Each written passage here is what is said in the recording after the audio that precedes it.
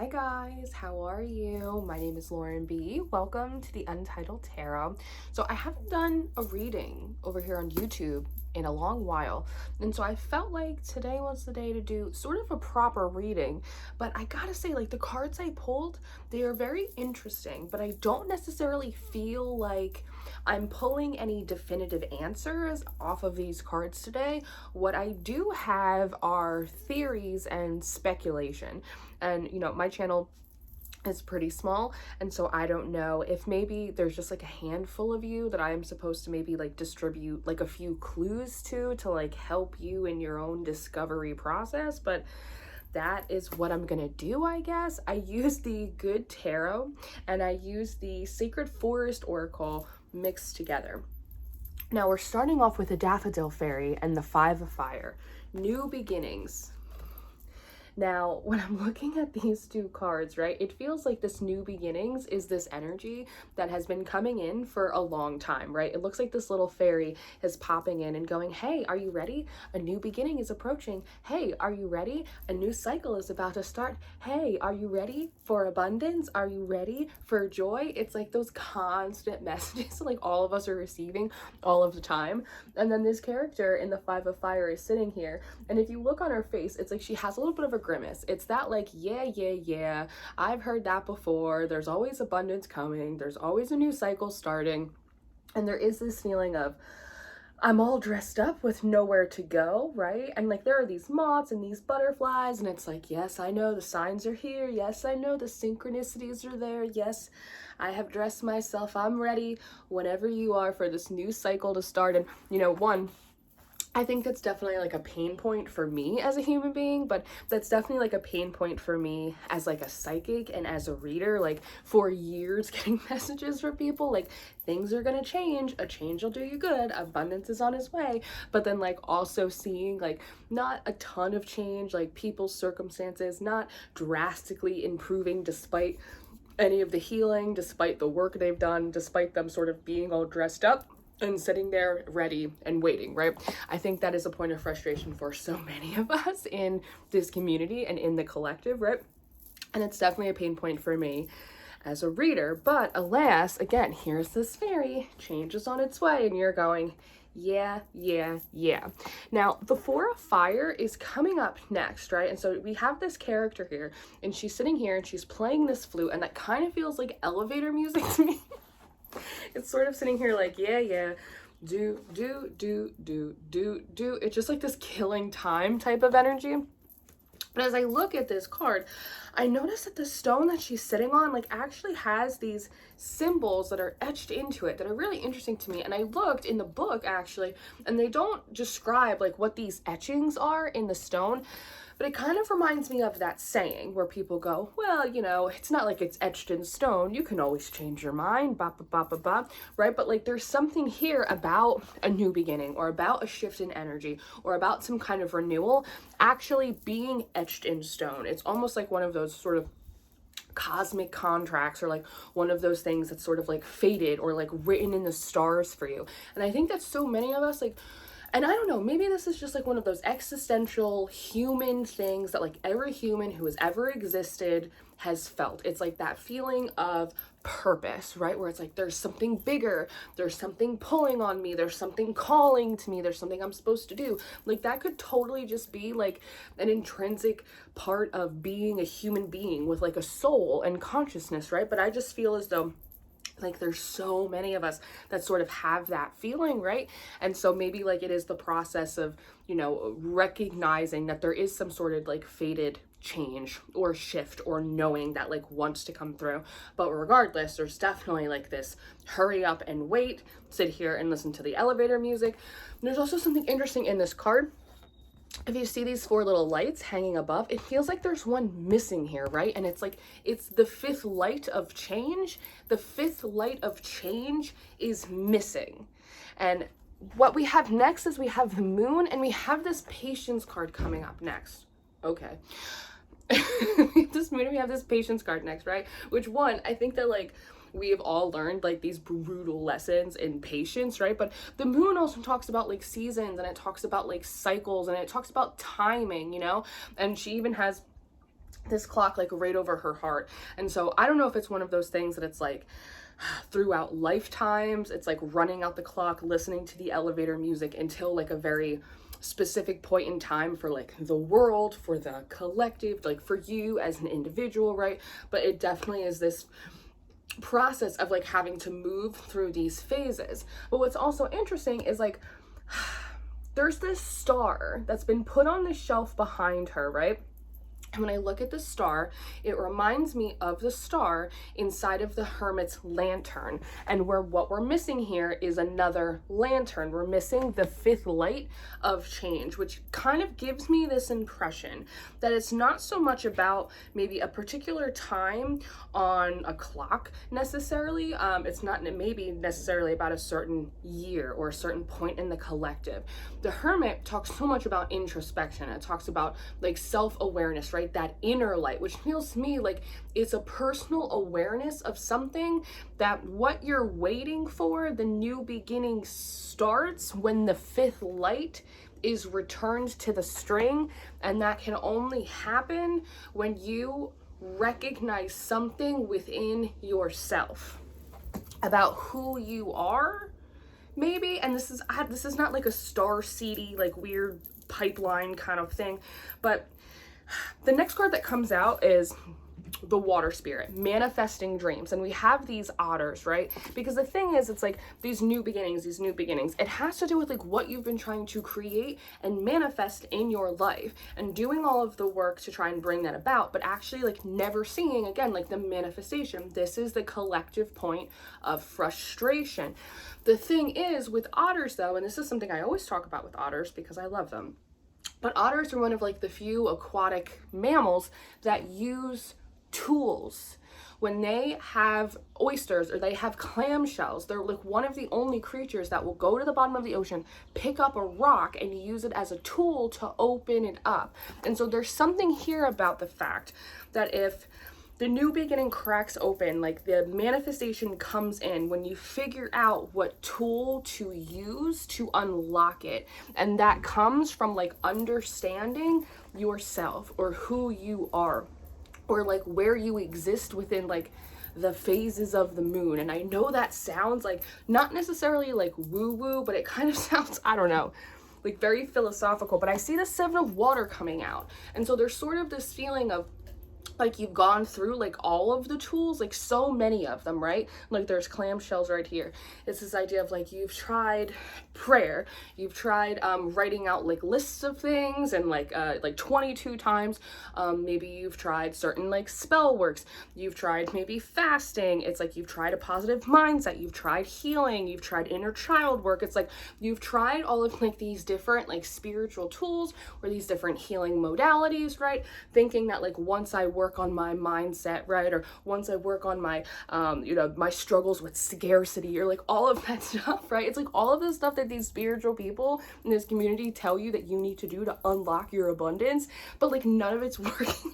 You know what I mean? And the Seven of Cups, right, is sort of that nebulous what's real, what's not real, and it kind of throws you like into a little bit of like this foggy tailspin. It's like, okay, I thought if like you healed your inner child, you worked on your scarcity mindset, you wrote out these lists, you set these intentions, you did this, you prayed, you said blah, blah, blah, blah, like that would unlock it, but it hasn't. And so like feeling again, like a little bit ungrounded, and again, adding to that, like, yeah, whatever. Like if you say so, I'll believe it when I see it. Like that kind of pessimism, right? And there is something, not to get biblical, but there's something in the Bible that says like, hope deferred makes a heart grow sick. And I think in a lot of ways, like that's kind of just where the collective is right now, that like there's been so much hope and there's been so much faith held by so many people, in addition to like so much work that's been put in. And because of a lack of sort of return on that, the hope has been deferred. And thus like we have like a lot of sort of like sick hearts. But there's something again here about the fact that it is nothing, what I want to say is it has nothing to do with your alignment.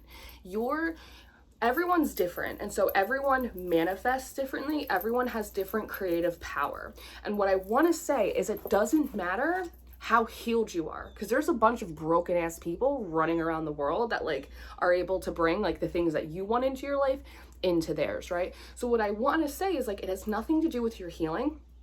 It has nothing to do with your mindset. It has nothing to do with like your problems with scarcity. It has nothing to do with your inner child. Like, it has nothing to do with your healing. It has nothing to do with any of that shit. It's merely a matter of you finding the right tool. It's like a key.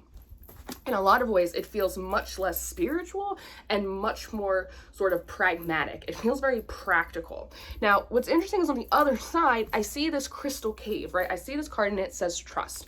Now, one, I don't even want to sit on the trust thing because I feel like that's like just trust the process. Just be patient. Just trust just like that. And I feel like no one wants to hear that message. But when I look at this, one, a cave is very symbolic of the womb, right? And even if you look right here, it sort of looks very much like feminine anatomy, right? Now, the interesting thing is, like, I see her sitting here with this crystal ball, and this sort of feels as though, like, when you were gestating, when you were being created, like, you were given access to the tool, like, you knew what the tool was. And there's, like, so many cultures and traditions that believe that, like, before you're born, or even when you're first born, it's like you have access to like all of the secrets of the universe, right? Like full consciousness. And then as you are born and you get a little bit older, it's like you kind of fall into like a little bit of that amnesia, right? It's even like that story about how like everyone has like this little divot right here. It's because God went like, after he like told you the secrets of the universe, right? And I don't know if that's true. It is a sweet story, but I do think that there is something about like before you start growing into your physical form, right, that like you do have access to this information. And the Stag Spirit is sitting in the middle, right? And the Stag Spirit feels like, I want to call him like the distributor of the tools. It's like everyone gets a tool. It's like everyone gets a color. Everyone gets a crayon. Like you get a hammer and I get a nail and someone else gets a wrench and like someone else gets a rope, right? It's sort of like, I can't stand you fuckers. It's sort of like the board game Clue. Right? It's like somebody gets the wrench and like somebody gets the this and someone's Colonel Mustard, right? It's like everybody gets like a particular tool, and that is your tool to unlock your abundance, or to unlock like your creative potential, or to unlock like your manifestation abilities. Does that make sense? And it's like you are aware of it when you're in the womb. And what's interesting is this also comes out with the Queen of Earth, and she has antlers just like this Stag Spirit. And so that's really interesting. And so there's like something about the fact that it's like you wear the tool, because even as I'm talking about like this patience card right here, and there's the star, and again, the star is reminding me of the hermit, sort of that wisdom, that introspection, that wanderer. And then even I'm looking at this moon, and it looks like she's sort of like distributing like these stars out, which kind of begin to feel like clues. And so like there's something about like every few months, like every lunar cycle, it's like there's a certain amount of clues that like the universe sends out to you, and it comes by way of like synchronicities that has nothing to do with your path and how to move forward on your path, but has everything to do with trying to ignite a realization or an understanding about yourself, something that it almost feels like it's visible, like it's something that you wear. It's something that is like clear on you. It's something that at the very least like you carry with you in some capacity. It's almost like it's like that hidden in plain sight thing that like you don't necessarily realize because it's just part of you. So it's so normal, like you would never consider it. But that is the key, like that is the tool that you as an otter use to unlock like your glam, to unlock your manifestation, to unlock like more of an ability, because in a lot of ways it feels like, maybe this is like again for the collective, but like so much of like your power and the collective potential, like it's all sort of, it's energetic, it's theoretical, it's not always tangible, right? It doesn't manifest like in a physical form, and you can't see it. And I'm not gonna like try and move the camera around because it's been fucking ghoulish trying to find like just anyway nomad lifestyle, but there's a picture on the wall over here of the Blessed Mother, and she has like a covering over her head, and the covering, it's blue, which is normal for the Blessed Mother, but it's covered in stars. So again, it's like it's something that like you wear, it's something that like you're covered in, it's something that's like it should be so obvious, but it's not, because again, it's like right under your nose. It's like right on top of your head. It's like something you carry with you like all of the time, right? But it's something that you knew about like when you were little or when you were in the womb, and it was distributed by like the distributor of the tools. Does that make sense? I hope that makes sense. So again, with that moon there, it's like every couple months, it's like the moon distributes like these stars to you to try and have you get like these light bulb moments of aha. And I wonder, I don't know, like maybe you're like me. I always have such a consistent feeling, and I can't stand it, but it's always this feeling of like I'm right about to figure out something. I carry this feeling with me all of the time where it's just like I'm just about to crack the case, but I don't even know what like the case is. It's like I'm just about to figure something out, but I don't even know what like that thing is. It's like I'm always on the precipice of this like aha, but it's like I don't even know what it is or like what I'm looking for, like what it's supposed to be. It's sort of just like this constant like rising action type of feeling, like waiting for that climax. Like I don't know if that's just me or like you guys feel that too, but like that's how it feels to me. And like I said, I don't really have like any definitive answers for you guys like in this reading. I just have like theories and speculation. And again, like there might be 20 of you who watch this reading that like you can take these clues and like make something out of it that maybe like I can't make out of it type of thing, right? But the Six of Water is coming up next, right? And it's followed up by this Ancient Oak Spirit, and it says strength, right? And so it's interesting because this is sort of reminding me of the Hermit card, right? Of like that internal light. And when you think about this tree and like your tree of light and like the strength turning on you, and then we see this Six of Water here, right? And so there's something interesting about like your womb, your gut, and like I was saying before, like that feeling of almost a hollowness or like something's missing, but like not really knowing like who it is and what it is. And I think like maybe, you know, I've been in the spiritual community for a long time now, and like maybe that's that longing that we attribute to like, I don't know, like finding God or like finding your twin flame or like finding your soul tribe or like finding whatever it is, your purpose in life. But it like maybe again, it has nothing to do with that. It's like manifesting. It has nothing to do with how much you're healed. It has nothing to do with your inner child. It has nothing to do with your scarcity mindset. It's like this hollowness you feel. It has nothing to do with your separation from God. It has nothing to do with a twin flame. It has nothing to do with your tribe or your vibe. It's something different. And I'm not, again, and it's that different is just this realization, this recognition of like who and like what you are. And it's like this thing about if you or me or we were able to recognize who it is, like it allows us to tap into like a level of strength. There's almost like not enough strength behind the magic, or it's like the tool is needed. The recognition identifies the tool, which ignites the strength to bring things into physical form. It's like, it's something like that, right? But again, there's like this hollowness, or in a way it's like sort of like a contrast that when you were in the womb, like there was a knowing, there was a fullness, like there was a clarity, and outside of the womb there is a hollowness, there is a weakening. And so the Queen of Air and the Empress is coming up next. And when I'm looking at these cards, I feel like the Queen of Air is like looking at me, or she's looking at us, and sort of looking at this Empress and going like, you're smart, like you know what this is. Remember, Winnie, remember, Winnie, remember, right? And it's like, I'm looking at the cards and I'm going, I don't remember. Like I feel, it's like amnesia. It's like I feel like I should remember, but I don't. It's like trying to capture a memory that like you don't even remember experiencing like the first time, let alone trying to like bring it back up to the surface. Now, the only thing, again, this is speculation, but the only thing I can think of is there's a lot here about the womb, and there's a lot here about the moon. And obviously it's like we have this Queen of Air here. And what I want to say, and again, it's pure speculation because what the fuck do I know? There's something here about the distinction between your mothers.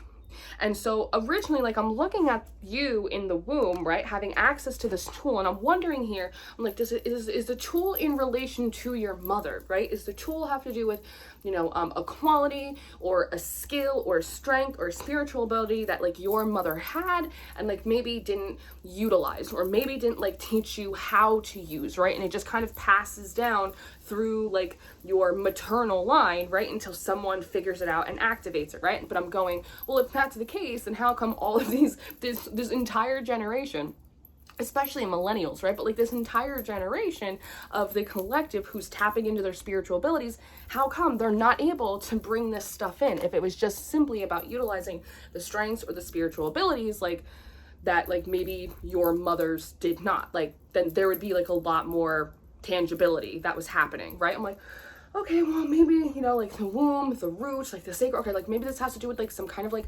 sexual healing or like, you know, healing from sexual abuse or something like that. I'm like, but there's so many people that have gone in and they've done these healing modalities and they've healed their sacred sexuality. I'm like, okay, so like that doesn't make sense because then we'd see the evidence of it, right?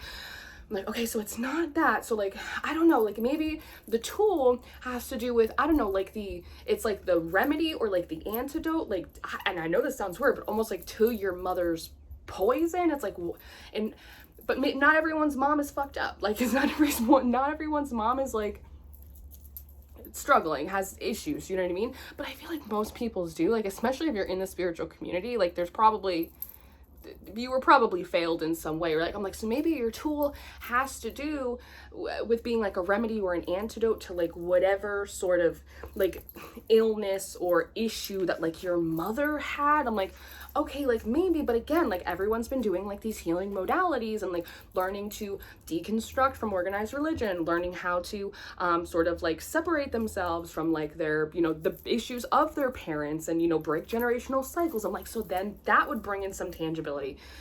But alas, it's not. I'm like, but there's something here to do with the mother. And so I'm having this thought. Again, this Queen of Air. Remember, Winnie, remember. What I want to say is I don't even want to make a statement. I have a question that leads into a statement. Do you, and this is a personal thing, do you think that you have always reincarnated, if you believe in reincarnation, do you think that you have always reincarnated through the same family line? I don't necessarily think so, because when I look back on some of my past lives that I'm aware of, I'm not seemingly always within the same family line, which means that throughout time and space and history, you have had different mothers. You have resided and been brought through different wombs, right? But what about like the creation of your soul? You have to have some kind of patronage, yes? And so it brings up this idea that like throughout history, throughout space and time, throughout all of your reincarnations, you have had different mothers and fathers come together to physically create you and bring you into this world. But who is your mother and your father that originated your soul, your being, as an extension of creation? And so maybe part of recognizing who you are and identifying the tools in which activate your magic and your manifestation ability have to do with understanding who your matron and your patron are. Does that make sense? I don't know, but that's sort of what I want to say, because where's the freedom card? Here it is. This eagle spirit's coming out, and so there's sort of like, there's a separation here, right, between like this eagle and this unicorn. There's something here, and it comes out with the 10 of fire as well, which is sort of like my like the clearing of karma, like burning up of past lives, like it's clearing out old timelines and cycles type of energy. There's something about identifying like a distinction, which is so interesting, because I heard, oh, what did I hear? I forget where I heard this from, but it was something about the fact that thing was on a podcast. I think it was on a podcast. And they were saying something to the effect of your physical earthly parents are in a way like they're kind of like surrogates. They're sort of like surrogates. But you have like other, oh God, I wish I could remember the podcast. Son of a bitch. I think maybe I don't know. I think it's called Unfuck Your Brain or Unfuck Your Mind. I think that's what the podcast is called, but I might be wrong. Don't quote me on that. But essentially they were saying something like, is it possible that like your parents, right, are just sort of like surrogates, so to speak, that again, like you have sort of like a different patronage type of thing. And so that kind of brings up like this interesting concept and like its separation. And in my head, like I heard that and I felt like I really resonated with it, but it also felt like kind of fucked up to resonate with it, because it's like, it makes you feel kind of bad. Like, do you know what I mean? But I also think that a lot of us feel sort of disconnected from like our regular parents, but that could just be trauma, do you know? But regardless, like, there's something here about like, maybe, again, there are clues and synchronicities constantly being distributed to you that have nothing to do with your path. It's not about finding the right healing modality. It's not about finding the right manifestation or intention routine, right? Like, it's not about that. It's simply about identifying like who your matron and your patron are, because that will show you like what the tool is for you to unlock a greater sense of strength. Because we also, again, we have this oak tree that talks about like the tree of life, but in a way it says the ancient oak tree, right? So this would sort of be like the cosmic ancient like origin of yourself. And maybe by doing that, it creates that distinction. It allows like a necessary separation of sorts. It creates like a freedom, because then there's the call card that comes out, right? Like you answering the call, you understanding the call as it comes through, a little like, can you hear me now? And then focus, and then transmutation comes forward. And so there's sort of like a, what they're showing me is that scene in Princess Diaries when Mia Thermopolis finally gets her makeover, right? And he's like, I took this, and I give you a princess, right? Like there's sort of something like transformative about like how you shift and how you change, because in the last two cards at the end of the spread for you are the Maple Spirit and then the Frog Spirit, generosity and then renewal, right? And frogs are really symbolic of transformation. And I've been seeing a lot of herons and a lot of ospreys lately, especially the way they're being presented to me is by them swooshing in the water and pulling up fish and frogs and snakes and like all of these things that are also very symbolic of flow and movement and transformation and fertility and like all of this stuff, right? So like this is really like an interesting concept to me. And as I said, I haven't done a reading on here in a while, so maybe I'm rusty and I have lost my touch. I also don't have a lot of answers for you. Like a lot of this is just purely theory and like speculation, and a lot of it's also like very woo-woo. But I would also be remiss if I did not mention that, one, the Queen of Air is my Athena card. Herons, ospreys, these are birds that are also very sacred to Athena. And as far as like I've been able to ascertain in my life, Athena is my matron and Apollo is my patron. So I don't know, and this is just sort of like a side thing, I don't know if like maybe the collective that like I'm reading for is shifting, or like this is just one particular message that's meant to sort of find people who are very much like sort of connected to the womb of Athena. And she's sort of like and I'm being connected to like the collective that she is the matron of. I'm not positive. Again, this could totally be like some of like my stuff like spilling in, or how I'm personally connecting to this reading, but I just want to throw it out there.